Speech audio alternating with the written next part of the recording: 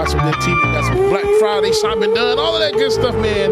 Y'all come on in and get this with y'all. Good morning, the Benjamin Dixon Show, y'all. Stay tuned.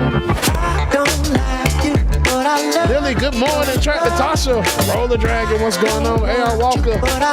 Deb, what's going on? Kareem. Dragon Ball, super dope. Good morning. But I need, I need you. I don't like you, but I love. Happy belated birthday to church lady. Brenda Johnson, good morning. But I need you. I don't like you, but I love. I don't want you, but I need you.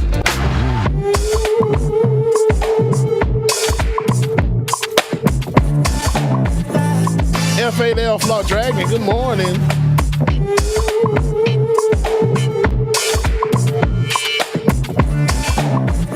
Patty P, good morning, Patty.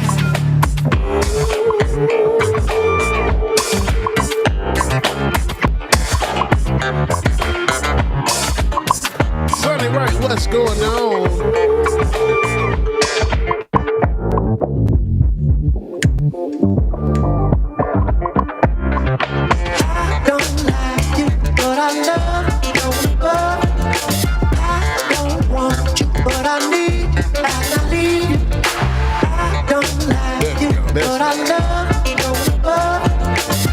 Ricky, good morning, y'all. Y'all stay tuned, man. We got more coming up next. Y'all make sure y'all stay tuned.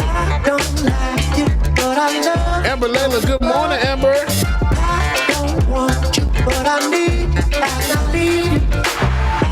Hey, Miss Sophia, good morning.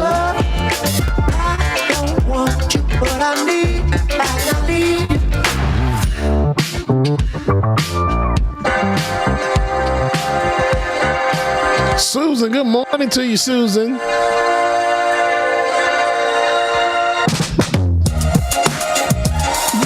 world has come together, and maybe I just wanna let it shine.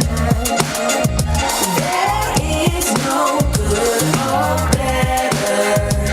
I think tonight I'm gonna make it mine. I stepped out, stepping on next. Little baddie, cashing big checks. I bought the whole block out, now that's a Nicole big Johnson, why are you jealous, Nicole? Window, like what's next? Got new levels and new devils out the wazoo.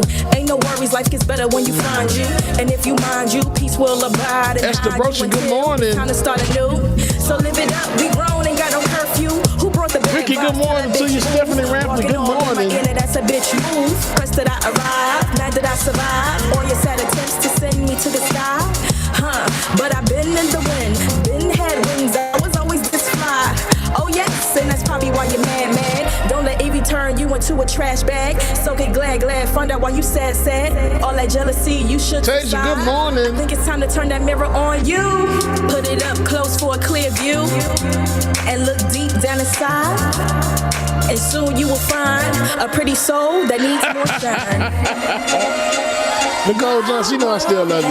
Come together, and maybe I just wanna let it shine. Brother Lateef, what's going on, Lateef? No good or better. I think tonight I'm gonna make it mine. 1, 2, mean right hook. Come and test me, my mom deep will have Vegeta, good morning. It's a marathon, but baby girl, then I got never Vegeta. let up. No need for Goku. speed, but keep your And then foot I got up on the the Dragon gas Ball. pedal. Ain't worried That's about winning crazy. the golden award. When God made me to be an ice cold medal. Why are you always pressed about my life? Talking with your frenemies about me, saying, ooh, girl, have you seen it like the shine lights? You tried, but you could never dim my light. Shoot the dragon, go to sleep. I'm untouchable girl. I'll slip through your fingers like a real fly kite. Why you wanna Brother Lateef, I realized this morning that I was out of coffee. Take that bad energy and go and get your mind right. Say a prayer tonight. That's gonna be a long one, but it's okay. We're gonna make it through. You in the big Definitely got me excited to get my ass some coffee though today. Rolling that drama. I put the work in. Now I got the big bags that you call Birkin. It get a 9. What's going on? My world has come together. And maybe Church lady, I got you. I did get a chance to hear some of it. there is no good or better.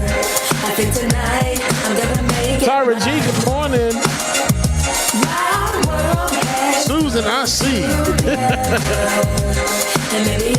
One Source Productions, right? Cancel everything. I have no coffee. The whole canister is completely empty. I'll be brewing brown water right now from the grinds that's left probably from last week. Who knows? I missed you as well too, man. I think we are ready to come back. The song had ran out on me. Look at that. Are we ready to go? Dwayne, do I need to play the song? All right, y'all go ahead and roll that intro, y'all. Y'all welcome back to the screen, my brother from another mother, Benjamin Dixon, y'all. Let's get it. Let's go. The Benjamin Dixon Show.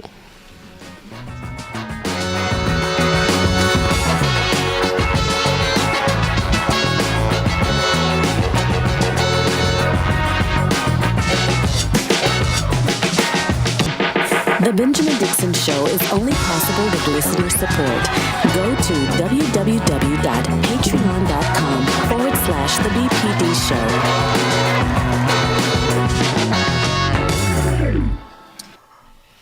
Welcome back, everybody. Welcome back. It is Monday, November 29th, 2021, and we are joined on the screen by none other than our long-lost brother from another mother, Dr. Carl Mack. How you doing, man?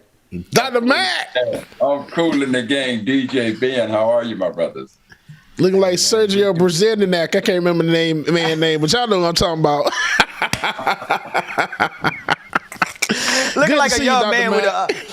He look a little bit like Guy Fawkes with a mustache. Look like a little remember the 8th of November or whatever it is. Right. But DJ Exclusive, how you doing, man? Thanks for holding it down on that break for us. I hope both of y'all had a good holiday. Did everybody eat good? Brother Mack, I know I don't know if you've been eating good. I know you've been working out good.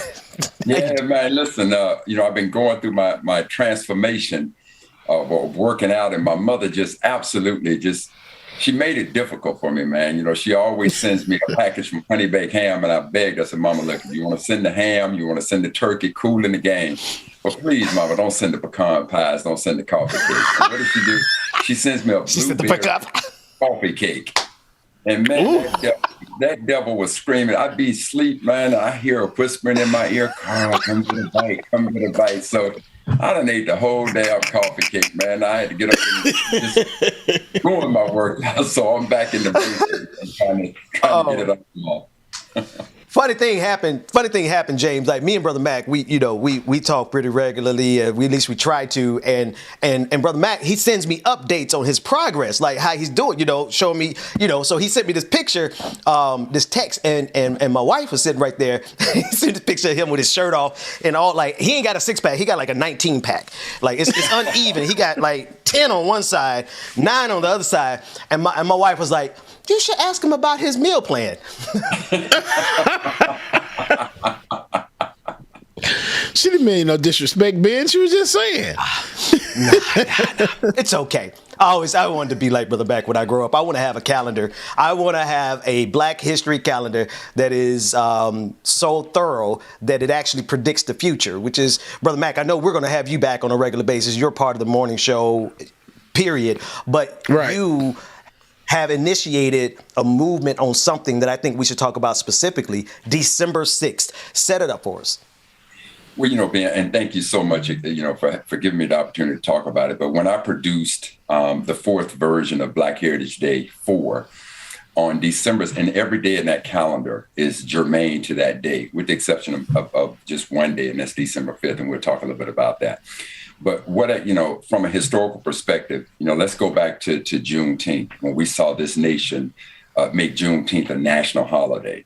And part of my problem with that is not the problem of celebrating the freedom of our people, but the mythology, the myth and the lie and the ignorance of our history is what just had me in a tizzy.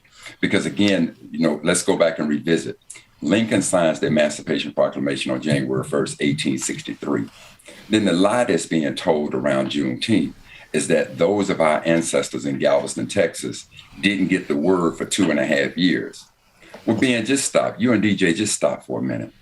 And just imagine that they got the word on January 1st, 1863, because trust and believe, Black folks all over the country knew that Lincoln had signed the Emancipation Proclamation. That's why on December 1st in the calendar, you see a page I call Watch Night. And what Watch Night is that on December 31st, 1862, our ancestors gathered And if you ever go to church on December 31st, they call that service watch night.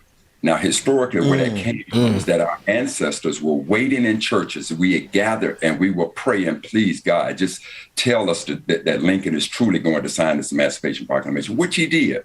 So we all knew that happened. So now the myth, the lie is that the people in Galveston didn't get the word for 2.5 years later. No, Ben, they got the word right then and there. But what were they going to do? They were going to go to the slave owners in Texas and say, hey, Lincoln just got the Emancipation Proclamation. We're free. Keep in mind, Texas, along with 11 other slave states, had left the Union. They had formed their own nation. They had their own constitution. They elected their own president, Jefferson Davis, their own vice president, Alexander Stephens of Georgia. So whatever Lincoln said didn't matter to them. But the Emancipation Proclamation was this executive order. So now let's go back to Juneteenth. The Civil War ends, and now the word is that they got the word 2.5 years late. Well, we just talked about why that means nothing.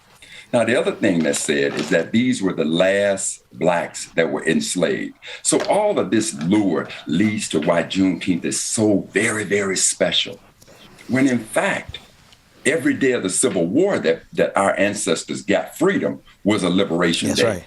But as far as them being the last Blacks enslaved, if you go back to history, there were 4 states that were slave states that never left the Union: Maryland, Missouri, Kentucky, and Delaware. Now, when Virginia seceded from the Union, there were 48 counties in the western part of the state that said, look, we're down with slavery, but we're not for this secession from the Union. So those 48 states applied for statehood, and they became a state. So when West Virginia became the 5th border state, it too was a slave state. So now, before the Civil War ends, 3 of those states, through their state legislation, ends slavery. West Virginia ended slavery, Maryland and Missouri, but Kentucky and Delaware never, ever ended slavery. And they were protected by the Constitution. So Lincoln understood that if we were going to end chattel slavery in this country, it had to be a constitutional amendment. So after June 19th, when the lie is that these were the last Blacks enslaved, so if you pull up December 6th, I want you to pull that page up so you can follow along with me. If you pull up December 6th and look at it, you got to remember that Kentucky and Delaware, who never seceded from the Union, who were protected, the institution of slavery was protected. So slavery was still legal after June 19th, 1865, after Juneteenth. And in the state of Delaware, there was maybe 2,000 at best of our ancestors still enslaved. But if Black Lives Matter, those 2,000 lives matter. But in the state of Kentucky, there were over 250,000 Black folks still enslaved after June 19th. So they didn't get a chance. Chattel slavery ended in this country with the passage of the proposal that became the 13th Amendment on December 6, 1865. Now, after the Civil War, there were 36 states. And according to your civics lesson, you need 3/4 of those states to ratify any proposal in order for it to become an amendment. That's right. Georgia became the 27th state on December 6th, 1865, to ratify the proposal that ended chattel slavery for all in this country. So forever and ever and ever, chattel slavery now became illegal. So in my mind, from a historical perspective, if there's going to be a day where we celebrate Black freedom, freedom for all, it just makes sense to me that it's December 6th. So in the calendar, as you see at the bottom in the calendar, I said, if ever there should be a day to celebrate Black freedom, without question, historically, it should be December 6th. But now, because we're in the midst of the holiday and we're always talking about the spending power of Black folks, and if you go back to 2019, they estimated that the spending power of Black folks in 2019 was about $1.4 trillion. So I'm saying what I've decided to do is that in honor of remembering the end of chattel slavery and freedom for all of us from chattel slavery, I am going to make December 6th an economic day as well. So it's Black Freedom and Economic Day. And on that day, I would not spend 1 penny with any other culture outside of our community. That's right. On December 6th. That's right. Black freedom. That's right. For the reason we just said, and Black economics. If we want to celebrate that, I mean, you're out spending money anyway. We're always talking about self-help. So why not on one day, on that day, that's the only day I'm begging you, in remembrance of Black freedom, spend only with a Black-owned business. If you need gas, get gas on December 5th or get it on December 7th, unless you go to a Black-owned gas station. But under no And that's the thing. Yes, under no circumstances. That's what I was going to say. Go ahead, Brother Mack. Sorry. Anybody, I'm not spending money with anybody outside of a Black-owned business. I was just going to say, I don't know many Black-owned gas stations. And so, yeah, you're right. I'm going to have to get my gas the night before or the day afterwards. So we're talking with Dr. Carl Mack, part of the show. I like to say friend of the show for everybody, but Brother Mack, Dr. Mack is a part of the show. And he's discussing not only his Black Heritage Days calendar, but he's talking specifically about December 6th, which is coming up next week, and that being the day that we should celebrate the end of chattel slavery when the 13th Amendment was ratified. Brother Mack, I'm all for another holiday. I was just thinking last week that we needed something that was specifically focused on, I mean, in my mind, I was saying like liberation, but you know, the specific components of liberation, like you said, is Black economic freedom and freedom and economics. So thank you for this. And yeah, I did. And you know, Ben, people ask me when I've spoken to people in my circle, and when you and I had the conversation, you asked me, you know, Brother Mack, we should move to make this a national holiday. And in fact, I could care less if it's a national holiday. I want people to understand two things about movements. Some people are martyrs and some people are mercenaries. People who are mercenaries do it just because they're getting paid to do it. A person who is a martyr does it because they believe in it. I could care less if America embraces Black Economic and Freedom Day. America can't tell me how to spend my money. I don't need America to approve this as a national holiday so that I can now go support Black-owned businesses. I could care less if they do it, but trust and believe America is going to care if we as a collective do this. That's right. Because that's right. Again, I remember when rap music came out. C. Dolores Tucker, good sister, departed, along with a whole bunch of other folks, present company included. I had a disdain for rap music. I thought it was vulgar. I thought it was awful. I didn't see the artistic genius of these of our young artists. And so America just absolutely opposed rap music. Now today, there ain't a product being sold in which they ain't using our music. So we have to embrace our culture, embrace our history, see the beauty and the genius of it, and don't allow anybody else to define what our culture is. And the same with our money.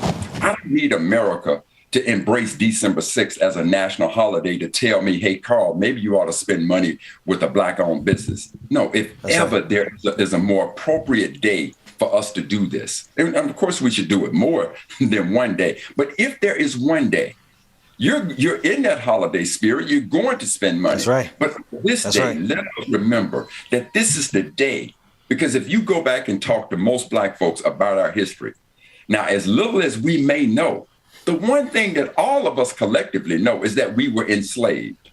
And so on that day, when chattel slavery finally ended, December 6th, let that be a day that we remember this dreaded, inhumane institution coming to an end when all of us were free. And now to celebrate it, let us spend some of that money with Black-owned businesses only. I was just getting ready to say, when I asked Brother Mack, I was like, yeah, man, we need to get this, make it a federal holiday.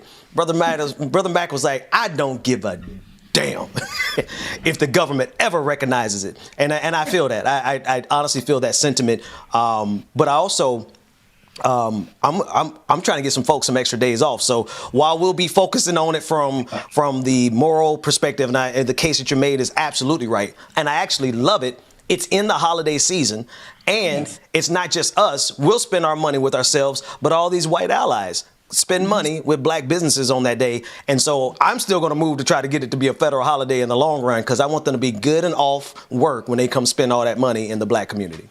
But, I would ask this directly. Brother DJ and Brother Ben and Dwayne and David, I want to ask you all, even if it's just us as brothers, let us only spend money on December 6th with a black-owned company. Let us remember on that day that was the day that this horrible institution was ended. This institution known as chattel slavery was ended. All right. I'm with it. I'm with it. That's what I'm going to do. Right. I'm asking for your commitment on that particular day on December. You got mine. You got my commitment. And mine too. We're going to start. That's right. We're going to start pushing it on the show every chance that we get. And I'm looking forward to the future of this date because we need it. We need this as a day of unification around our liberation. So, Brother Mack, as always. Now, we're getting ready to take a break. Before we do, though, man, how have you been? The audience is in the chat room. They hearing what you're saying. They buying in, and they're going to be committed. They want to know how you been, though. Right. They're going crazy for you, Dr. Mack. I tell you what, Ben, I'm going to give you permission to put my transformation picture up so that people understand. Oh, shit. Shoot. No. You got to say shit on that one. Hang on. But go to a break. Because I got to go find my phone. Because I want y'all to see the kind of mess this man sent me. Make sure you put it in the Slack group. No, just playing.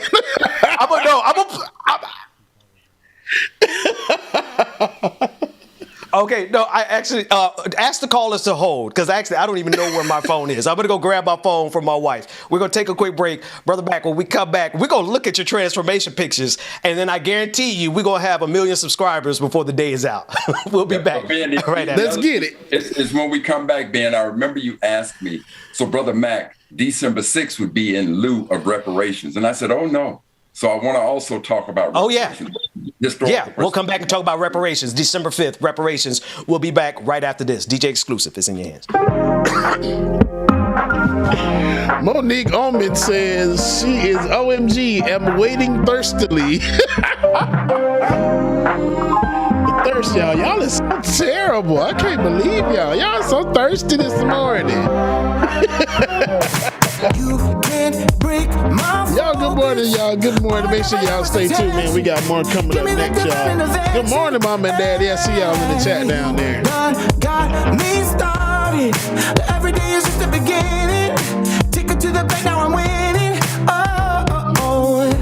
Call me crazy, tell me lies. It won't stop me, watch me rise. No more anchors holding me down. Now all I need is more. One more hour, one more minute. One more chance for me to win it. Yeah, I want more. Sylvia Jones, good morning. I dream, I catch it. I know how to make it happen. I want more. Climbing every mountain. Keep both eyes on the top. Nothing's gonna tell me to stop. Oh, push me. Nicole House, that's great of you, man. Don't worry. Don't worry at all. What you give out comes back tenfold, okay? So call me crazy, tell me lies. It won't stop me, watch me rise. No more anchors holding me down. So all I need is more. One more hour, one more minute. One more chance for me to win it. Yeah, I want more. Every time I do, Ear Hustler, good morning. know how to make it happen. I want more.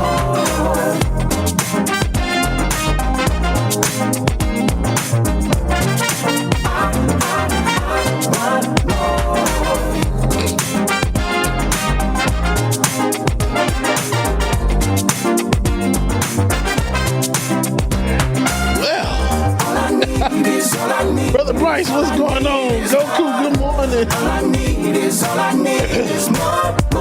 need some water, some coffee, Dwayne. What's going on? All I need is more. All I need is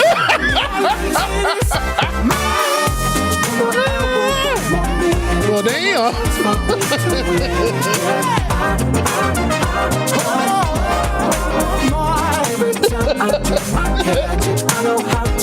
Man, I am working. I'm supposed to be working over here.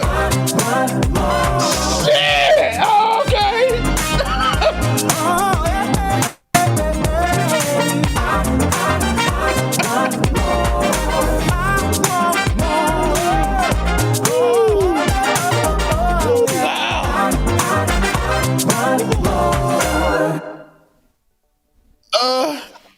Y'all welcome back. My brother from another mother, Benjamin Dixon, and Dr. Mack.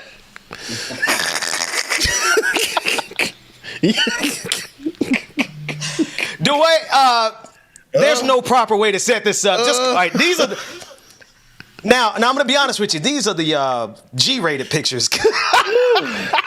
Brother Mack, tell us about what we're looking at.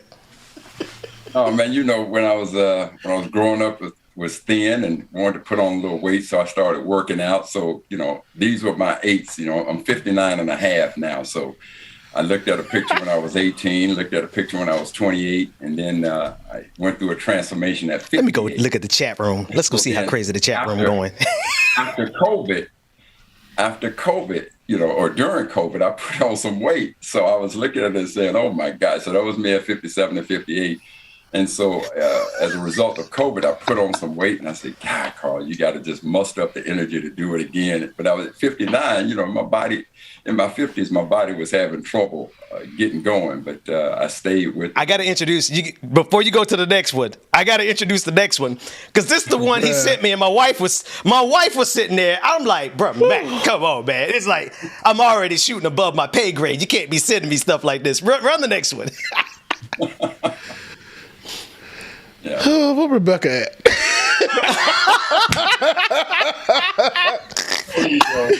I'm glad he and Dwayne ain't even put it up yet. Well, you know what?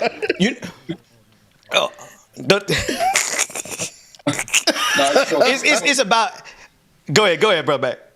No, so, you know, just a big part of it was, you know, I just started hitting the gym and started watching my diet a little bit and just kept grinding away, and there you go.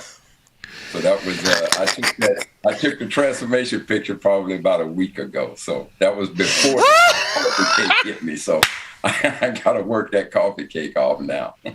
But honest, on some real stuff though, Dr. Mack, for 59 years old, it's crazy. Freaking amazing, my gosh. Crazy. Man, you've been freaking amazing, Dr. Mack, for real. Amazing. Oh man, you know, it could be done. So, you know, I had a lot of brothers, you know, some of the brothers that I play golf with, you know, they were asking me about working out. And when I showed them the photo, you know, they didn't know I was working out like that. But when I showed them, and all of a sudden they got real inspired by it. And so, you know, it's, you know, that was more of anything, just to show our people, even in this day and time where obesity is running wild, you know, you can modify your lifestyle. And what are you talking about? Obesity running wild? What do you mean? I don't know anything about that. Okay, look, like what? You know, we can all tune up. I just need to get some tuning up going on. That's all. Hey, what's your sit up regimen? Like when you doing your ab routine? What are you doing? You know, I do V-ups, crunches, bicycle, flutter kicks. I got about 10 different exercises I do. I do like 5 exercises, 5 different exercises at least twice a week. And when can you come to Atlanta? That's what I want to know. Cause I want to make a bet with you that I might take some money off your hands. But we're going to talk about it offline first. I'm smart enough to talk about it offline first. That said, what's the rest of your schedule looking like for the rest of the day? We just wanted to come back and do that. And we also want to talk about the December 5th. When we talked yesterday about December 6th as the Black Freedom and Economic Day, I said that is a good way for us to siphon off money from the economy directly to the black community. And in my mind, I'm like, while we're waiting on this government to pay what owe us, this could be a good form of reparations. You immediately said, no, that's not the case because December 5th is the case for reparations. Tell us about it. So, you know, again, when you talk about reparations, that means to repair based on a damage that you've done. And the United Nations has sanctioned, you know, you bring the case before the United Nations and the United Nations agrees to it. And reparations is nothing new. You know, obviously we know about the reparations that that the Jews got because of the Holocaust. We know about reparations from the Aborigines in Australia. We know about reparations with Japanese Americans, not only in this country, but also in Canada. But when you ask the question, for 200 plus years of slavery, why is it that a case cannot be made for African Americans to receive reparations? And so the argument, and I've listened to arguments for 30 years about it, and they've always had these very subjective arguments to it. And one of the counter arguments is that nobody who is a slave owner is still alive, nor a direct descendant of slave owners is still alive. Nobody who was a slave is still alive. Nobody who was a direct descendant of a slave is still alive. So why should anybody today pay anybody today for what happened and ended over 150 years ago? That's what they say. And then they come back and say, so if you can find an entity that was a benefactor of slavery yesterday, and that entity is still around today, then a case could be made. Well, I have several. One is if I want you, the listening audience, go to Article 1, Section 9 of the Constitution of the United States. And it says something like this. It says the migration or importation of such persons as any of the states now existing shall think proper to admit should not be prohibited by the Congress prior to the year 1808. But a tax or a duty may be imposed on such importation not exceeding $10 for each person. Now, that's in the Constitution of the United States. Now, the reason they used the word migration is because they were trying to be ambiguous. They wanted to hide what they were really taxing.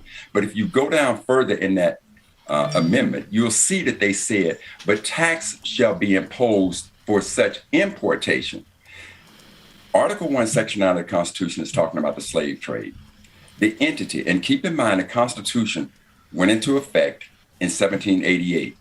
And what Article 1, Section 9 said was for any of the states that were existing, those 13 states, for the next 20 years, you can import as many slaves to this country as you want to. And the government will tax $10. The government, is that same government alive today? Absolutely. That's right. So that government, the United States government, was a direct benefactor of slavery. That's right. They collected a tax of up to $10 for every slave that was brought to the country. So now somebody is going to say, well, Brother Mack, they said up to $10. Well, no, we're going to charge you $10 for punitive damages because you never should have been involved in such an inhumane institution. That's one case for reparations. Now, the other one that I'd like you to take a look at is the Mississippi Letter of Secession.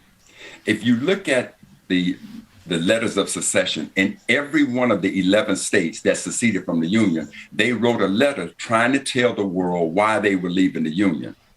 The state of Mississippi, in their letter of secession, made it plain and clear that the reason why they were leaving the Union is because they wanted to protect their institution of slavery. And in 1861, they valued African slavery at $4 billion.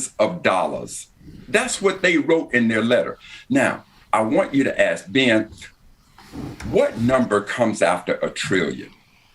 Did you say $1 trillion and one? Right, but I'm saying, I don't know what value comes after a trillion, right? In 1861, who knew what $1 billion was? And the state of Mississippi said that slavery to the state of Mississippi was worth $4 billion. Now, in a simple math, family, there were 11 slave states that seceded from the Union. There was another 5. So we're talking 16 slave states. So just multiply 16 times 4 billion. 10. And that gives you a number. And that ain't even including inflation. So when we add inflation to it, you just can do the simple math. You know, if you add inflation, 1.9% times 4 billion times 16. 16. You come up with the number. Now, the third case for reparations is this. I want you to keep in mind that this country actually paid white slave owners reparations.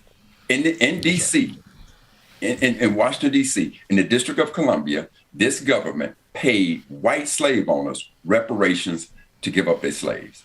So ask yourself, how in the name of anything that makes sense is that you can give the oppressor reparations But the oppressed, it's a debatable issue. It's insane. And the only reason we're not making these more objective arguments for reparations is because, again, we lacked the academic knowledge of our history. And that is the most beautiful aspect of history, is that history allows you to think critically. And so all I did was just started going through and researching history. And when I came across these things, I'm like, oh my God, here's my argument for reparation.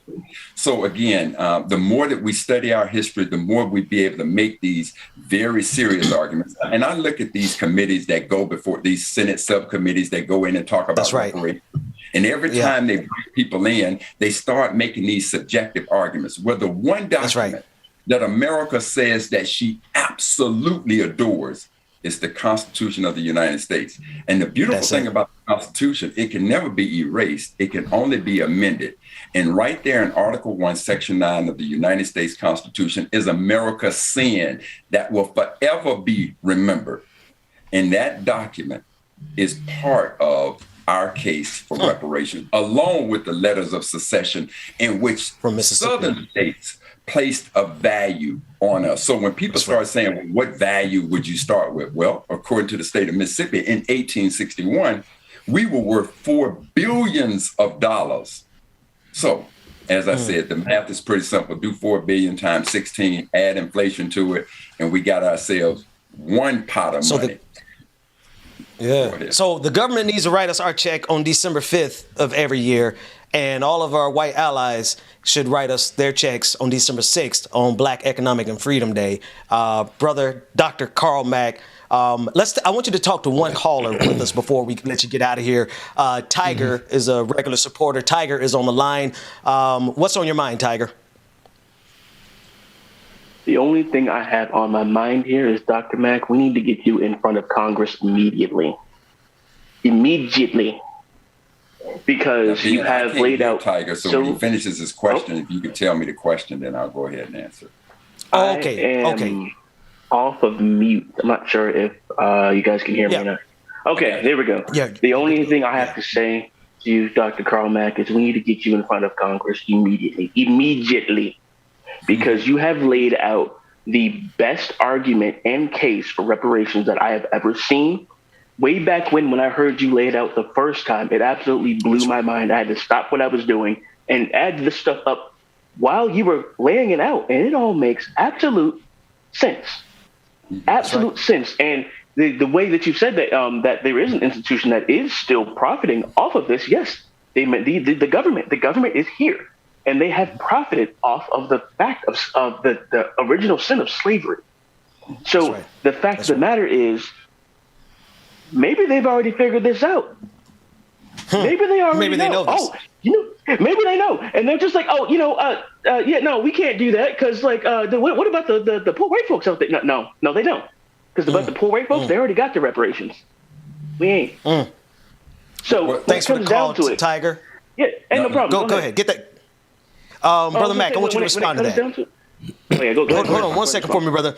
Yeah, hold on a second for me, Tiger, because you're saying a whole lot there that I want to give Brother Mack a chance to give some feedback on. Well, Tiger, first of all, thank you so very much. And again, this is what our history reveals to us. Again, Brother Malcolm said, of all of our studies, history is best qualified to reward our research. When you find that you have a problem, all you have to do is study the historical methods of people with problems like yours. When you find out how they solve theirs, you'll learn how to solve yours. So these lessons, it's not that I went looking for an answer to reparations. It's just that the more I got involved in studying our experience in this country and saw what this country was doing, you could see the hypocrisy of the democracy. And history laid out a very clear answer. And I'm so glad, Brother Tiger, and I so appreciate your words of appreciation, that it made sense to you, because that is how simple it is. And when I've listened to these people who have gone before the Senate subcommittees, again, nobody is touching on these very objective documents. That's right. The Constitution.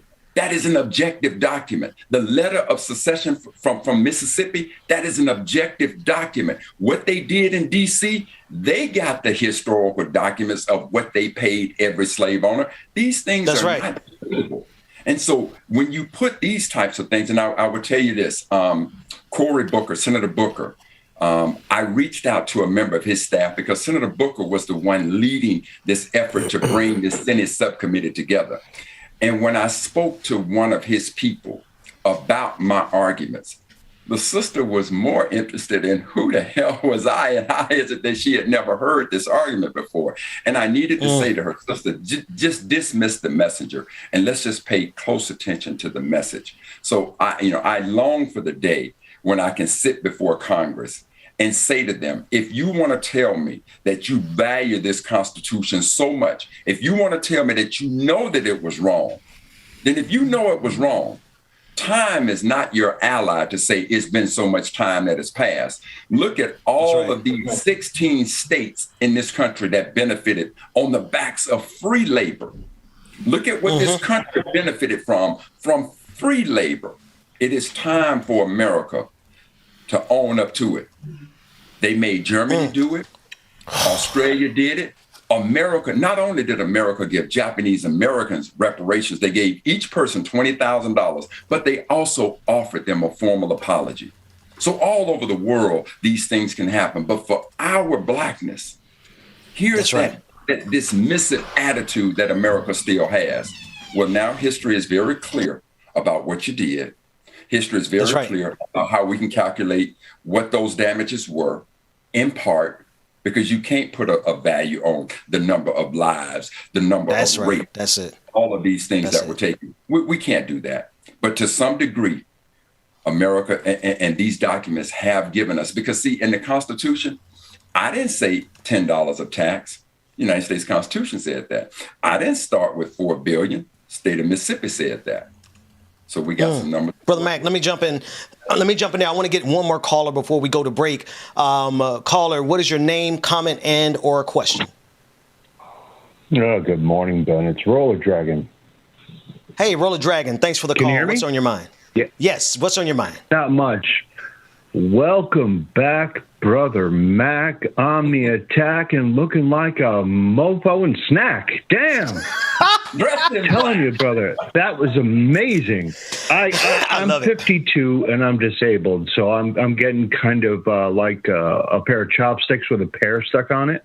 So I'm kind of envious of that 67 pack you got going on. There are portions of muscle that men should never ever see, on other men, and you just bear it all. But I love now it. that I got you laughing, here comes the painful part. Here comes the painful part. Sure. We also have to take into considerations when you're looking at reparations, all of the massacres that you guys pointed out around the Tulsa anniversary. I went digging. I am horrified by what I found. This happened nationwide, constantly, hundreds of thousands of Black Americans dead because they were actually successful. That has to be brought up. See, the whole thing is the white evangelicals and the white supremacists who actually think they hold power right now aren't scared of critical race theory. They're scared of history with the truth on its side. That's what they're scared of. CRT is just a boogeyman word. We need to be honest. That's something this country has never done. We've never been honest about the Native Americans. I live on the East Coast, and you know what? This was highly populated when we first got here, and there aren't any Native Americans here anymore. Guess what happened to them? They're dead. Genocide. And we've never approached that. Chattel slavery, the whole enchilada, everything that goes along with it from the beginning of it all the way through till the Juneteenth lie up to December 6th. This all has to be connected. The dots. And these QAnoners, they love to connect dots that aren't there. There are so many historical and objective documented dots to connect to make this all worthwhile and be honest with each other. We don't want to kill everybody. We just want honesty. That's right. That's what I had to say. Well, first of all, thanks for the call, man. You can. Yes. Thank you so much. And thank you for the word, the compliments. I certainly appreciate it. And your point is very germane. You talk about all all the other atrocities. Again, I would say to people, please pick up a copy of Black Heritage Day 4. You can get that, and Ben, I hope that we can put it on there. So if you go to www.blackheritagedays.com, you'll be able to order the calendar. But on May 21st in the calendar, and I'm sorry, hopefully you'll be able to see that, there's an entry called Red Summer. And Red Summer talks about exactly, Brother Dragon, what you were talking about. Now, Red Summer was a period of time between the fall of the winter of 1918 and through the fall of 1919. And the number of race riots in this country was astounding. So what we saw with Tulsa, we saw all over the country. And you can go to Rosewood in Florida. So there's these atrocities that you talked about. And they called it Red Summer. That phrase was coined by James Weldon Johnson, who is the author of the Black National Anthem, Lift Every Voice and Sing, and was the Black executive director of the NAACP. He was the one that coined it Red Summer because this country ran rapid with red blood that was flowing from Black folks because of the number of race riots that took place during the time from December or the late winter of 1918 up through the early fall of 1919. That period was called Red Summer. And again, you'll be able to get everything that we're talking about: Watch Night, reparations, the 13th Amendment, Red Summer. So much of this is what I have researched and I have in the form of the calendar. BlackHeritageDays.com, Dr. Carl Mack.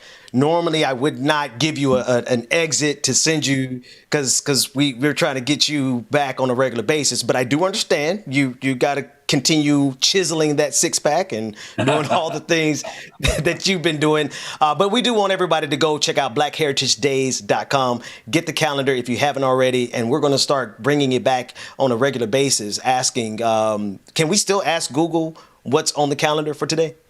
Absolutely. So if you download the Google Assistant, and so what happened for those who may not remember, when I did the calendar, because every entry is on a day significant to that day, Google was looking for such a document and they had not found. So one of my former students worked at the Google Foundation. When I sent him a copy of the calendar, he forwarded it to Google. And so I entered into an arrangement with Google. So literally every day you can go to the Google Assistant, not Google, but the Google Assistant. And the Google Assistant would be similar to Siri or Alexa. And if you download the Google Assistant, you can ask what happened on this day in Black history.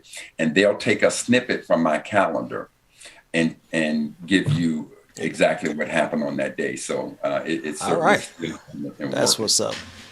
So am I Google hanging Assistant. out with you? Am I hanging out with you? Well, we're gonna go. Let's hit a break. If DJ Exclusive is on, we're gonna take a quick break. Rebecca Azor is here. We're gonna go. Like it or not, it's getting ready to go down. Brother Carl Mack, hang out there for a second. We'll be back right after this.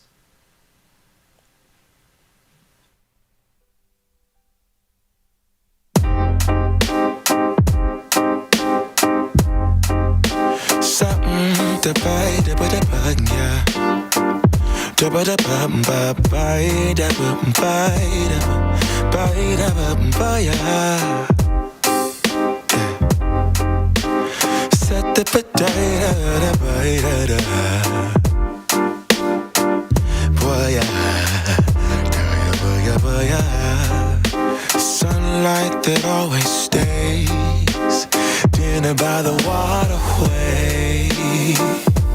It's that sweet life. Raise your cross.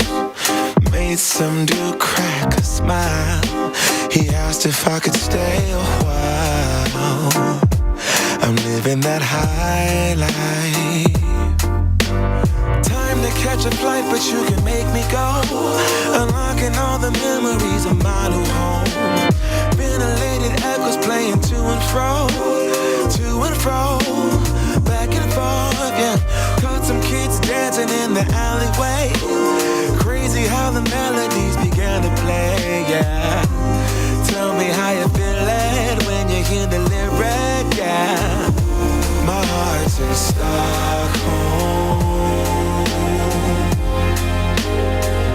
Now I never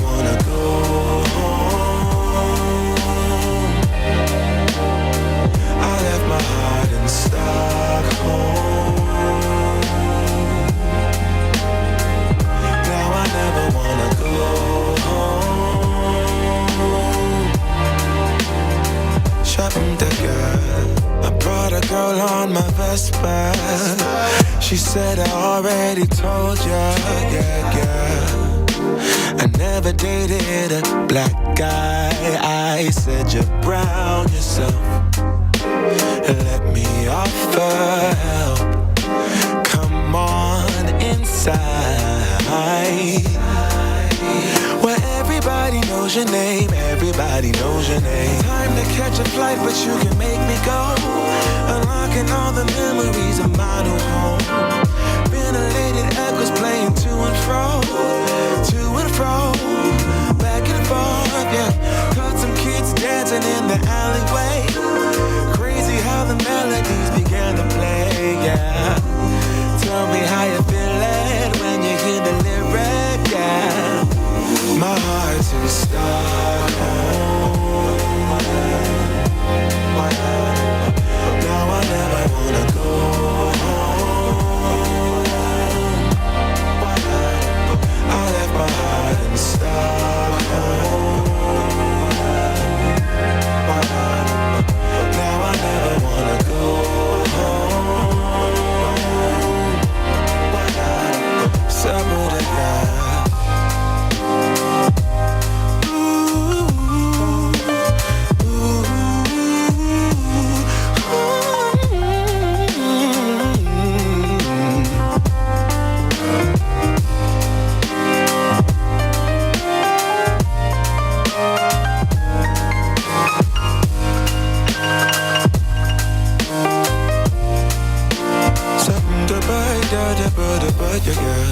Sunlight that always stays in and by the waterway.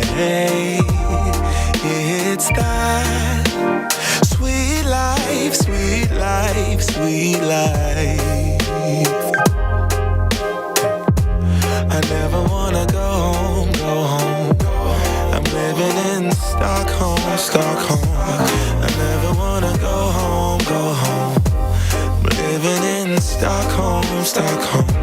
I never wanna go home, go home. I'm living in Stockholm, Stockholm. Yeah. Shut up, I got the bed, the bed. We got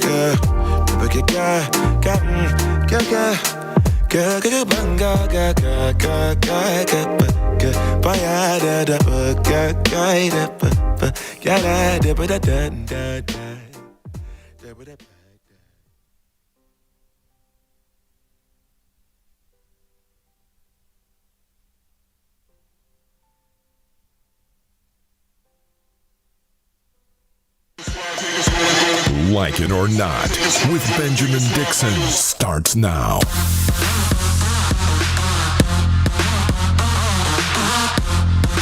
Rebecca, you got to say good morning.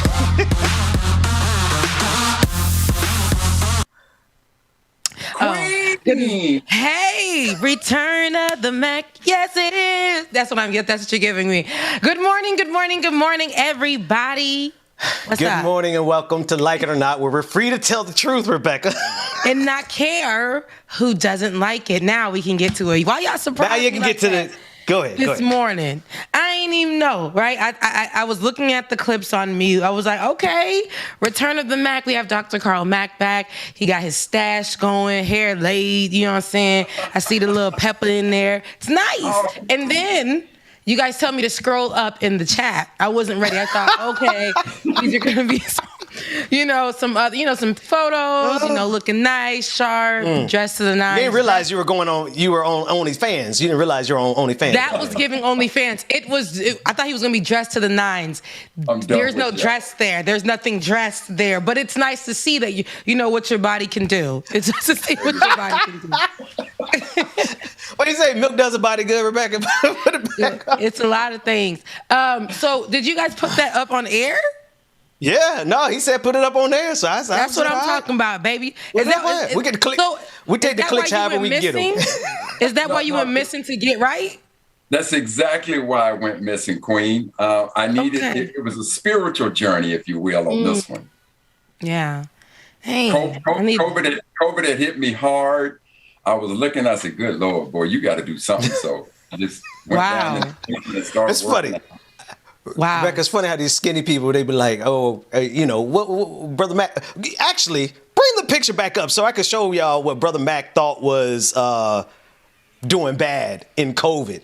Because on the left side, everybody's talking about what's on the right. Everybody's looking at the 19 pack that he got on the right. But on the left side is what he was saying was looking bad during COVID. He didn't have a 19 pack, but Brother Mack looked like you were doing just fine. It was about during COVID. It was a keg.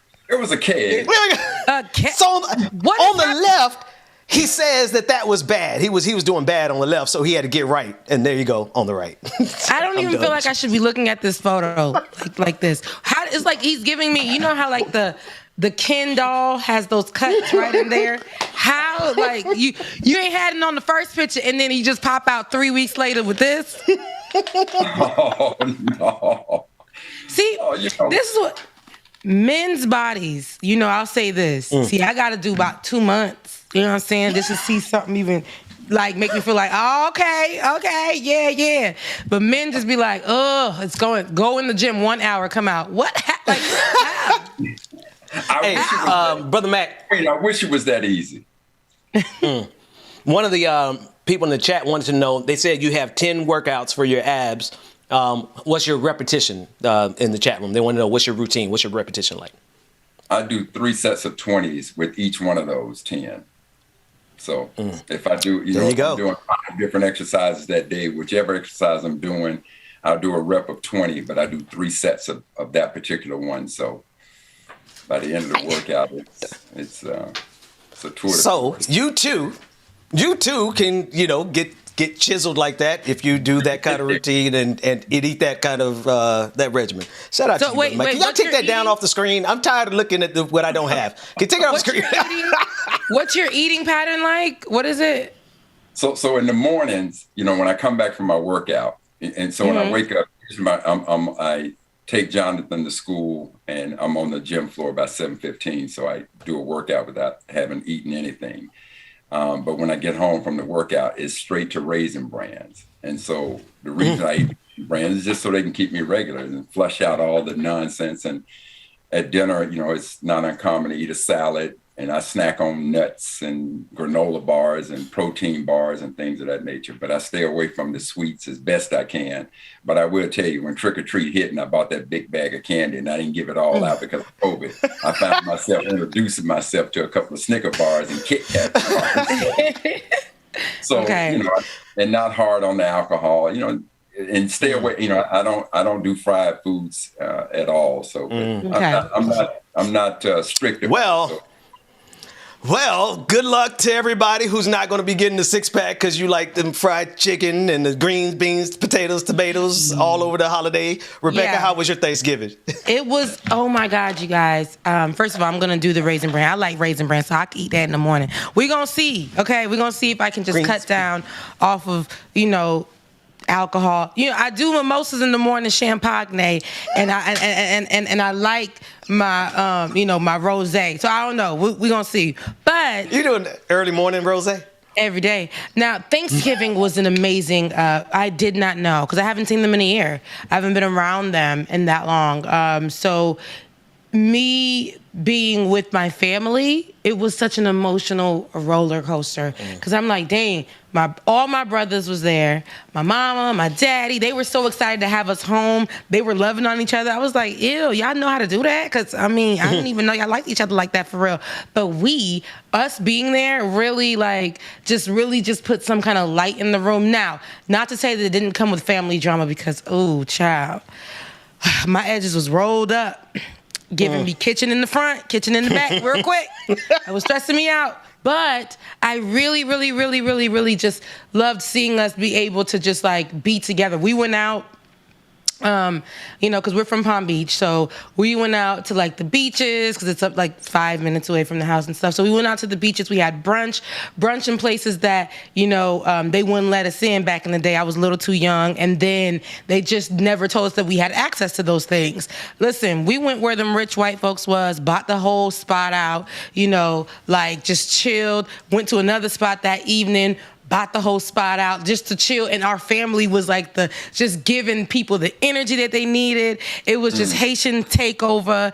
And then my daddy, he was like, I'm so happy that you're home. My mom ended up, they cooked like 7 times a day. So my dad, who doesn't cook much, the last time I remember him cooking for me was when my mom had went over to Haiti for like a few weeks for the passing of her father. And he cooked. He tried to do our hair for school. I was like, Daddy, I love the way he did my ponytail. I remember this like it was yesterday. So my dad, all I said was, he's like, Rebecca only eats like shrimp and stuff. I said, no, Dad, I'm back to eating some meats and stuff. I don't really eat red meat like that, but I was like, I just started eating goat, so I really like it. And he was like, okay, say no more. That man went to the store, bought him. He went and got a whole goat. Like, oh my God, like nobody, not a real goat, but no, the people already done killed it, chopped it up, skinned it, all that. Now he done brought that thing home. I went out with my brothers and my sister, and we went out for a second. He texted me, the goat is ready. I hope that you have room in your stomach for it. I was like, oh, okay. Came home. When I say all my family members, we done ate, but we was like, ugh, this food was whack. They came home. My dad made a big pot of it, and we effed that food up like nobody's business. It was so good. Then he cooked the next day for my sister. He was like, I made you something special. Chicken feet. We're like, chicken feet? We don't eat that. We never ate that. Ew, ew, ew. He's like, no. But because you guys are here, and I really just want to, from where I'm from in Haiti, I want to give you guys that. I'm glad that you are here. So there are things that I missed out on. I want to show you. So he cooked the chicken feet. When I say all of us down to my nephews, everything. The chicken feet was gone. Okay, I don't even eat that kind of. I don't eat that. Y'all kind killed of the chicken feet. We killed the chicken feet. So he did that, and he was like, "I'm so proud that I'm able to do this for you guys, and just be here with you guys and be here for you guys. I know I wasn't the best, but you guys are here now." And I feel the love. He said the pandemic made him so depressed and made him feel like he was just not gonna make it through because he is of an older age. So he just felt like he wasn't gonna be able to see his kids. That's what the pandemic did for people. For me, I was lonely as hell. I missed my family, but I didn't want to be up on them and make them, feel like I'm about to give them COVID. So, but that's what it was doing. Everybody had their share of, depression, sadness, all of that during that, time. And my dad expressed to us, I just felt like I wasn't going to make it through because I felt like I couldn't even leave the house. I felt like I couldn't do anything. In that time, I just felt like, I wasn't going to be able to see you guys again. And it was making me teary-eyed. But it was good to just be with my family. It just was good. Oh, baby girl, it was good. I know they love to see you. I know that they were happy to see you there. And it's been a long pandemic. Yeah. When was the last time you saw your daddy? A year ago. A whole year. That's a long time. Long time. That's a long time. Yeah. Both my parents, my mom and my dad. But yeah, it was good to be with my daddy. Nothing like family. Unfortunately, my father is no longer with us, nor my 2 brothers. So I had an older brother, Bug, and a younger brother, Gold. Unfortunately, neither of them are with us. So it's just me and Mama. So Rebecca, I'm living vicariously through the family gathering that you all had. It sounds so beautiful. Thank you. It really was. Rare too, but it was nice. There's so much love on the screen. It's amazing. It really is. Bryce from Philly is on the line. Bryce is one of our longtime supporters. Matter of fact, I think he might have been the very first person to call into my show like 6 years ago. Bryce, what's on your mind today, man? Lots happening in the world. What's on your mind? Oh, hey, sorry. Hey, what's up, y'all? Rebecca, Dr. Mack, everybody. How's everybody doing? Good, hey, Bryce, good, how are you? Look, I remember Bryce. I remember Bryce from our show. So, that's right. For sure. From the Like It or Not. Yeah. What's up, brother? I'm doing good. So I wanted to, I don't want to bring down the mood, but I do want to say that America, I guess what y'all was just talking about, I'm not condoning misinformation and all the madness, especially everything with COVID. But I do have to say that America is partly responsible for a lot of these issues. From everything that America has done wrong, and it's a long list.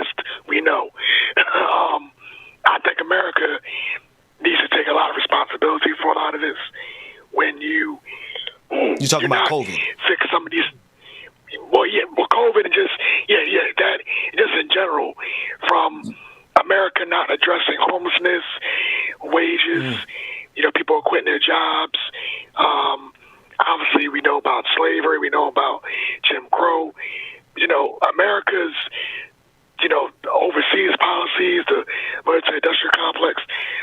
America's all the bad that has done has caused a lot of the misinformation, of all the madness, and I'm not condoning that at all, but America has to take a lot of responsibility, because when you don't address the problems, then people aren't going to vote. When you don't address the problem, people are going to go down a bad rabbit hole. When you don't address the problems, these are going to cause the issues. This is why there's such a low vaccination rate, things like that. When you do the things that this country has done since its inception, this is what causes it. This is the problem. And I know we're upset about it. It's not cool, but this is also partly on America. America has blood on its hands. That's just facts. All right. And when you do the things that you do, this is what causes it. Don't get me wrong, we do need to not fall down any rabbit hole. We need to do what we need to do to get past COVID. I think I hear you, man. Everything. Don't get me wrong. But that's how I kind of also feel a little bit back in my mind is America. You brought this on yourself doing the things that you've done. I agree. Bryce, thank you for that call, Bryce. Always. Brother Mack and Rebecca, love you too. Love you back, man. He's saying so we got a couple issues on the table that we've been talking about this morning, from the Omicron variant. I know we haven't talked about it just yet on Like It or Not, but also the Ahmaud Arbery trial, getting some semblance of justice there. You got the coward. There's a lot going on. And this whole pandemic, the reason you couldn't see your daddy for a year, same reason I haven't seen my mother in a year, same reason, Brother Mack, you've been distanced from. It's because of all the foolishness that is a part of America. I think that's what I hear him saying. What do y'all hear? Well, the other thing about it is, when you just look at the Rittenhouse case, right?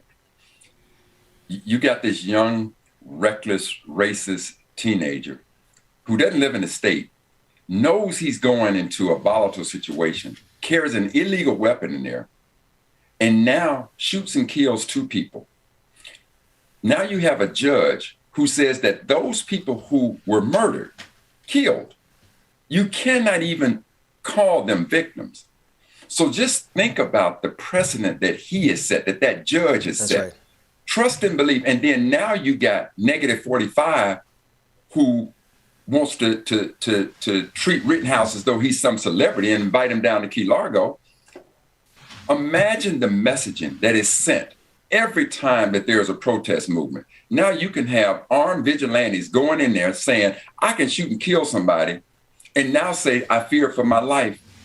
And pray God that they get a judge similar to the idiot who absolutely set the stage, as Brother Bryce was saying, has set the stage for more of this type of nonsense to take place. And so being to your point, thank God that in the Arbery case, and my mother said it, she said, Carl, thank God they did the right thing, because there would have been some trouble up in here. And there should have been trouble had they done the wrong thing. But there needs to be trouble behind this Rittenhouse situation.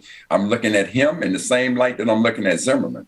Guys who have gotten away and need to face retribution. Yes, I agree with that 100%. There was so much that Bryce was dropping, and I know that last sentence just wrapped it all together for me. It's kind of like, this is all on America. There's so many different issues that are going on. Each of these issues, we can literally point out a place where there is big time a different level of pain for people of color being Black people, in each of these issues that are brought on by America. And it shows that America doesn't care, period. And America doesn't care about Black people. Word to Kanye West from early 2000s. But this literally, when it comes to the Kyle Rittenhouse case, it's very reminiscent of George Zimmerman, and how these people can get off. These regular people can just get off as if we already see how our police officers get off on these different murders of black people, but just random white folks. Now we can see the kids, the little 17-year-old kid, that ain't not a kid anymore. Not a kid at all. Grown man, but they treat him and coddle him like a child. We saw how they did Zimmerman. We watched what we heard when it came to Trayvon Martin. We heard. That's right. On the phone, we heard the audio. We heard it.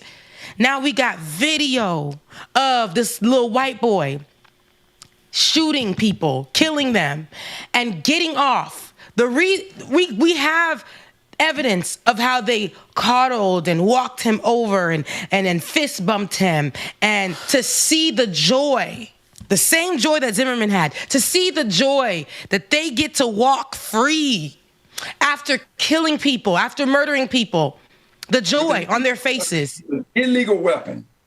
There are so many holes. There's so many things that are there right in front of us that are clearly law breaking. But when a white person does it, there is always an asterisk there. It's always like, yes, this is breaking the law, but we know that we made the law to protect Queen, I think that's what we would call white privilege. Yes, that's exactly what it is. Clear and up front. And let me say this. I get that America has not been perfect. I get that. But I would defy any of us to find a nation that has been perfect. And so I take this lesson from Thurgood Marshall. Thurgood Marshall embraced the Constitution because, again, it is not our quest to have a perfect nation, but it is certainly incumbent upon us to make America a more perfect nation. That's right. So with all of the ills that it has, which is why I strongly urge us to become academians of our experience in this country so that when these things begin to resurface, we are in a place where we can clearly articulate the past patterns and practices of this country to prevent those practices and patterns from continuing forward. I agree 100%. Thanks.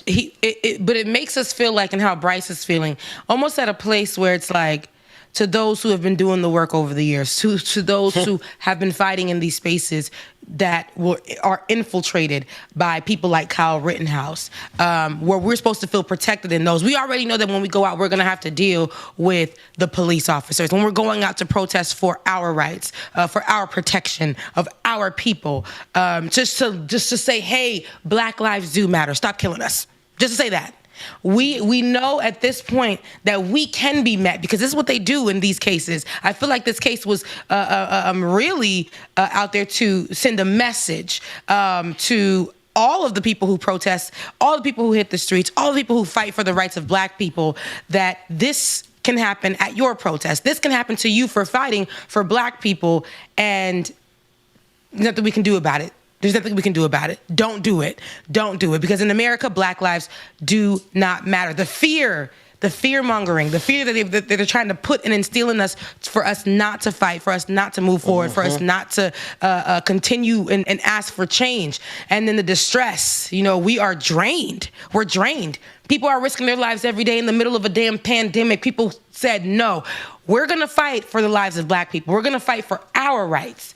In the middle of a pandemic, early on, no answers to nothing, but willing to risk their lives for that. Now we have to be met not only with police officers who are throwing tear gassing people, shooting out rubber bullets, those kind of things, driving their vehicles through crowds, those kind of things. Not only that we have to be met with that, but people who will be wielding, white people who may be wielding illegal weapons, and then shoot you and then get off for it. Because they were protecting themselves. Showing up to a protest they had no business at. Right. And when you think about it, Rebecca, and going back again to the nuggets that Bryce dropped, you think about what we've done in this country. Ali was a conscientious objector. They went after him. We had silent protests in New York where we marched the streets and no one said a thing. They had a problem with it. We've had nonviolent protest movements. They got a problem with it. We got sit-ins. We get beat. They got a problem with it. We got a raised fist. They got a problem with it. We take a knee. They got a problem with it. But in insurrection against the democracy of this country, and nobody can treason, these types of issues, and all of a sudden these are debatable. people don't be held accountable for it, which is part of the problem right now. You take a look at all that negative, and I'm going to say this about negative 45. Negative 45 would go on the Mount Rushmore of racists. There is no doubt, and Brother Ben, we talked about this, that America is one of the greatest nations to ever grace this planet. And to think that negative 45, a known racist, whose father was a known racist, look at the pattern, look at the seeds of racism and hatred that he has sown. And because with all that he has done, he pays absolutely no accountability for it. This is why these things continue. We don't have to imagine that had Barack Obama did a 10th of what negative 45 did, what would have happened to him as a black man? Because we've seen it over and over again, no matter how we react to the oppression that comes upon us. White folks got a problem with it. Well, I don't give a damn what you think about how we do what we do. We will burn this mother down, like it or not. We gonna get this thing straightened out. America, you ain't a perfect nation, but you can damn bet your ass we gonna make it a more perfect nation. Like it. Oh, no. Wait a minute. Come on, G.I. Mack. Come on, G.I. Mack. We're going to burn this mother down. Listen, I didn't see that coming. Dr. Carl, I mean, I didn't see those pictures coming. Dr. Carl Mack, in these times, though, I know you want to say America was the great, it's a good nation at some point in time. I know, but for people on the outside, me being a product of immigrants, I wish that they believe that with everything in their core, in their spirit, that America was, is, may be, and then get here and have a different experience. But I can't find anywhere where America, I can't really find where it was that amazing for people of color. Now, for people of color in their groups, they've made it for themselves with their culture. They've tried, made cities for themselves, everything. But America won't let the black folks be great. How great can this damn country be? All them other countries too, I agree. I definitely agree. And I ain't knocking it because I live here. I want America to be not only great for the white folks, for the conservatives, for those who follow Donald Trump. I don't want it that way. I want everybody to get a piece, to not just the crust. Okay, I want everybody to get a piece of this pie. Everybody, regardless of what color it is, but that's not how it works here. I don't know when we'll find that, when we'll see that in our education system, in careers, in employment, in anything when it comes to America being great for black people. But we find great and we make it that. We had a cookout that we said that's great for us. It's culture for black Americans, and white folks try to infiltrate that. They always find their way in our culture for black people, in which we will always do. No matter the turmoil, no matter the stress, no matter what's been thrown at us, black people will always find great for themselves. I do agree with that. But I want for one day, Dr. Martin Luther King, I really want for one day for everybody to be able to experience great regardless of what color you are, and specifically for black people, because we have always been the bottom of the bottom of the bottom of the bottom. That's it. But we did y'all see who was that did the swag surf? The college that did the swag, was it Ohio State? Somebody's entire stadium was doing the swag surf. Not necessarily good, but they were doing it. I look at all of the brilliance that comes from blackness, not just culturally, but also in terms of science, in terms of leadership. It's just sheer brilliance. But at the end of the day, we find ourselves economically at the bottom of every totem. And I think that's clearly because that's how this thing is designed, all in the backdrop of all these people, these mediocre white conservatives in particular, who get away with literal murder and get away with overthrowing our democracy and get away and even become the president of the United States. It's just it's a lot. And speaking of brilliance, we're almost out of time here, and I don't want the show to end without us recognizing the young brother who passed away. And I say young, Virgil Abloh, he was 41, so he's my age, passed away after fighting a battle with cancer. I didn't know a lot about his work, but obviously I knew about his work. He's amazing. He's the actually an artistic director of Louis Vuitton menswear, and he also did his own brand, Off-White. We saw Off-White a lot in the culture for Black Americans, rappers, all of that good stuff. We've seen that. And Virgil was battling a cancer, the name of it, but it's a cardiac, it was cardiac angiochroma. I'm saying that wrong, but it's a rare cancer. I don't even know why he tried. That was, it was a rare cancer that he was battling, but he battled it in secret for since 2019.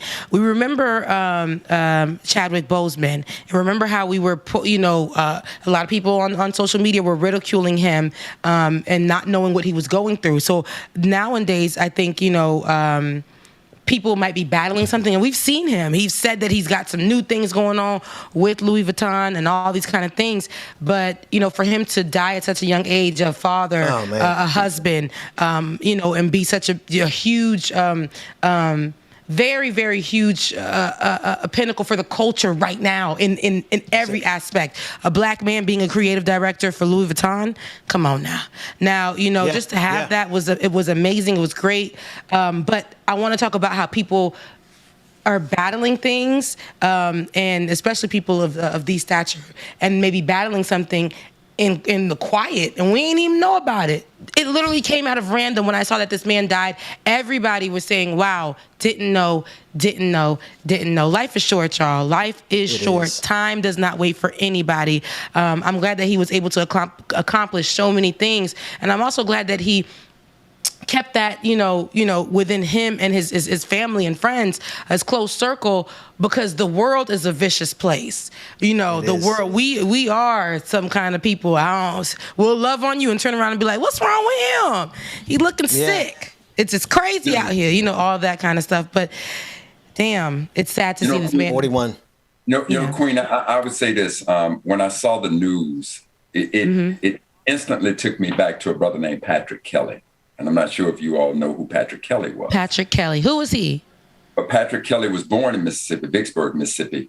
Wanted to be a part of the fashion industry, moved to Atlanta, opened up a boutique shop. There was a model who saw his work and encouraged him to move to New York and so he could showcase his talents more. Ultimately, he went to Europe. But while there were people like Dior, Benjamin, Chanel, Saint Laurent. All of them came to this brother for his fashion. And he, too, at a very early age, and he's featured in the calendar on September 24th, a brother by the name of Patrick Kelly. Please look him up. And he, too, died at a very early age, 36 years of age. So wow. As I looked at this story, it took me right back. And again, that's one of the things I'm talking about with our history. There's so many lessons in there that as you see events take place today, history will give you a reminder of things of that as well. Yeah, I agree with that 100%. You're right. And wow, this man really did a lot. This man really made a mark in places and here's what you were talking about, Dr. Mack, it's important for us to get into these spaces, right? White folks don't want to let us in, and it took this man a lot. He had to believe in himself with his own brand, and make sure that the fashions were cultivated and protected by us, because a lot of times we will see our fashions being on Instagram and all these social medias, and all of a sudden they are remade by these big brands, and the same thing, and sold for God knows how much, banking off of somebody else's idea. We see that a lot. We saw that in how pop was created with the remakes of a lot of Black artists' music. So here we are, and we see this. I think it was important to have him when we did, and to see that he can infiltrate spaces like Louis Vuitton. They thought they were bringing him in for diversity and inclusion, and he changed the game. So, it is important to infiltrate these spaces, and it's important for us to make sure that we create history like this. So for when you thought of Mr. Kelly, maybe in the future somebody else will be reminded of Virgil. So all of this does play a role, but I'm glad that we can see great people and remember great people in history, and that's what I want people to remember Virgil as. So yeah. So real quick, everything that y'all said is spot on and very important, but I think it's also important that we start to change the way that we spend money as people.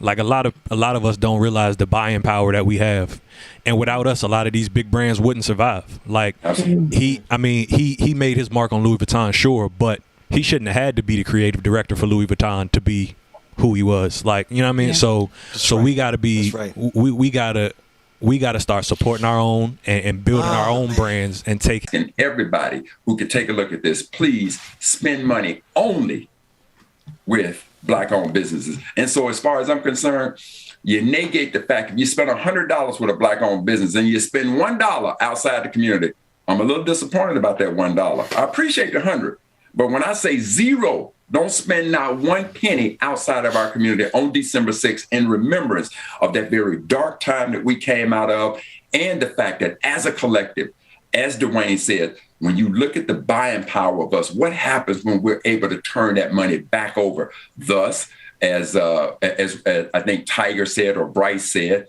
let us remember Black Wall Street. Why did they call it Black Wall Street? Because that dollar changed hands multiple times in our community, and we can continue to doing the same thing, and at least for one day on December 6th, in honor of the ratification of the 13th Amendment, which ended chattel slavery, let us only spend money in our community. I like that. No, I really do. I think that we in December, so we could even, Black-owned businesses, or some of our followers, some of our viewers. I mentioned Je Mérite by one of our followers, people who view us often. So there's so many different brands. You're right. And I like that. And I feel that. Okay.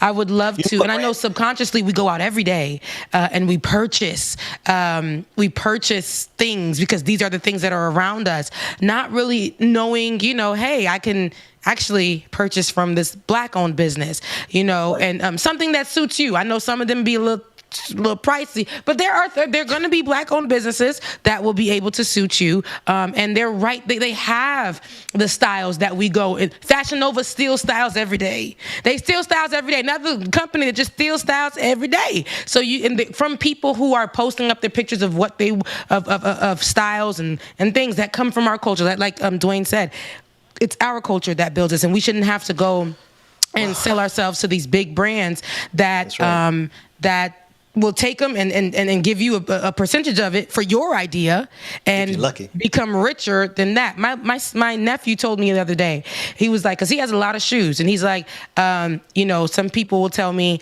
Tati, that these shoes aren't name brand and these shoes are. I have a lot of name brand shoes, but there's one pair of basketball shoes that I like and they're not name brand. He's like, to me, they're all the same. I mean, I don't see why people, have such a big deal, because to me, he's like, the bottom of the shoe is the same as this bottom of the shoe. The material of the shoe is the same as this material of the shoe. My nephew, who is 9 years old, just turned 9, and he's like, the laces look the same. To me, I just like the way this has more comfort and it's better to my feet, and I can play basketball with them. And I'm like, you're getting it at such a young age, and I love that. So you understand that, it's something conditioned in our mind to see white people with it and think it's quality. And when Black people have it, it's just like, I'd rather have it with the name. So Queen, you know what that reminds me of, Queen?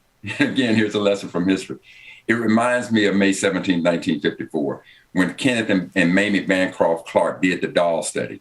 They put the little white doll in front of the black. Yes. Everybody has nothing but positives to say. They put the black doll in front of the Black children, and everything negative comes out. So the very thing that you're talking about, again, this is what I'm saying to you. The more we take a look at history, it just reminds of these things over and over again. When are we going to look at the black doll and see the beauty? So Queen, as I look at you today, with your ethnic-centric hair flowing, and flowing, the earrings. Dwayne, take me down. Take me down, Dwayne. Our queen. Thank you. Listen, we get ready to go to the after party. I love that December 6th thing. I was joking. I wasn't serious. They were getting too comfortable there.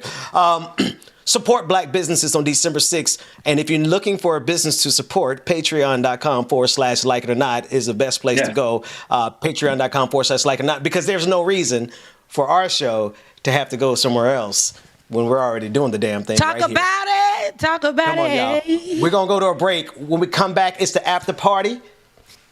After the party, it's the after party. That's all I got. Rebecca, do you want to say something to the public before we go? No, I love you guys, Mina. Thanks for rocking with me. And we'll see you in the after party, because y'all going to be patrons, right?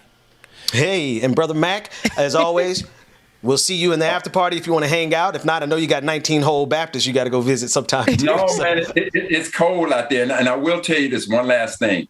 The day before Thanksgiving, I got my booster shot. So I spent Thanksgiving, the boys were with their car. I spent Thanksgiving home alone, but it was a thoughtful, beautiful Thanksgiving nonetheless.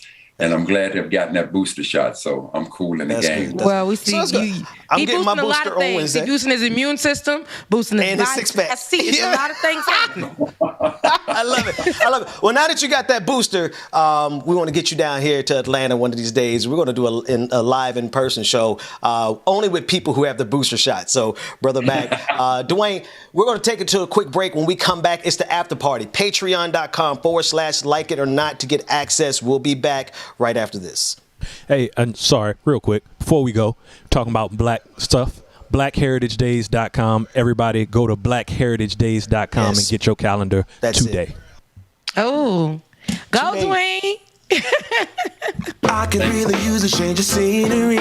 Yeah, everybody smoking all the greenery. Yeah, close the match 'cause they were handed down to me.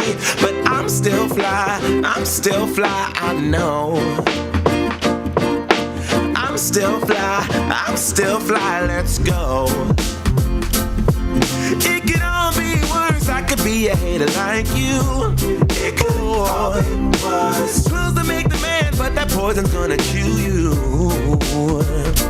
From the inside out, so right now.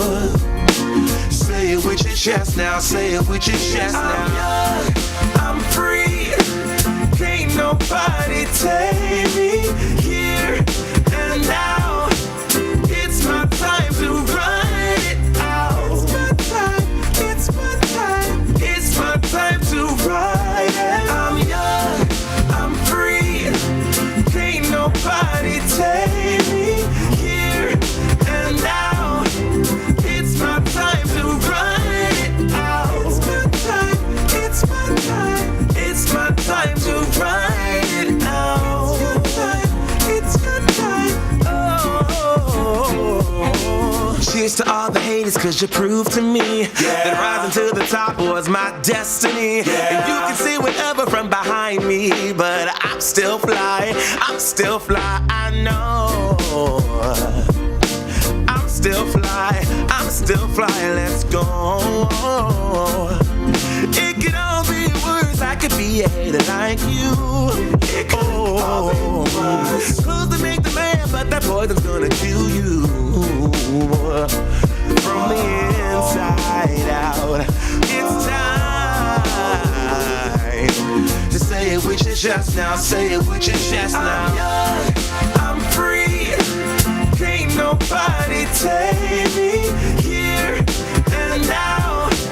It's my time to run it out. It's my time, it's my time, it's my time to ride it. I'm young, I'm free. Can't nobody take me here and now.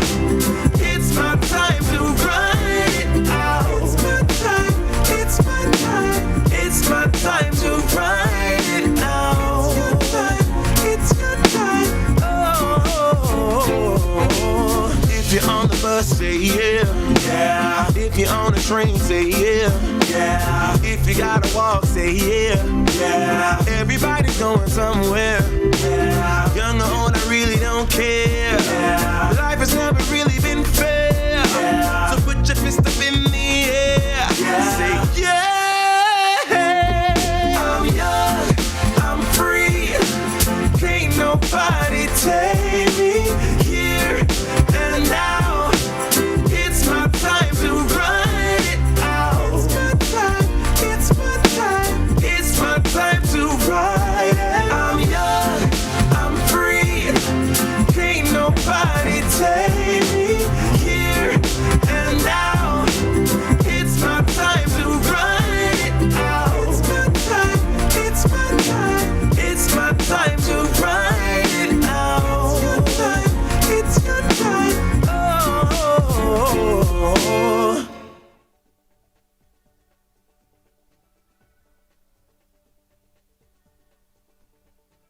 Welcome back, everybody.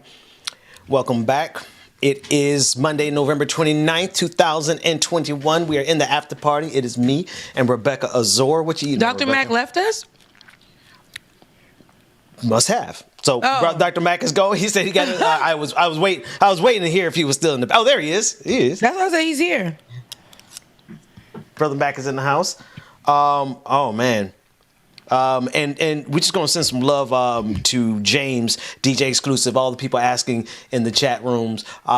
He's got some. He had to get off the show. He had some stuff he had to take care of this morning. But y'all just send some love to our brother from another mother. He'll be back as soon as possible. That said, we're in the after party.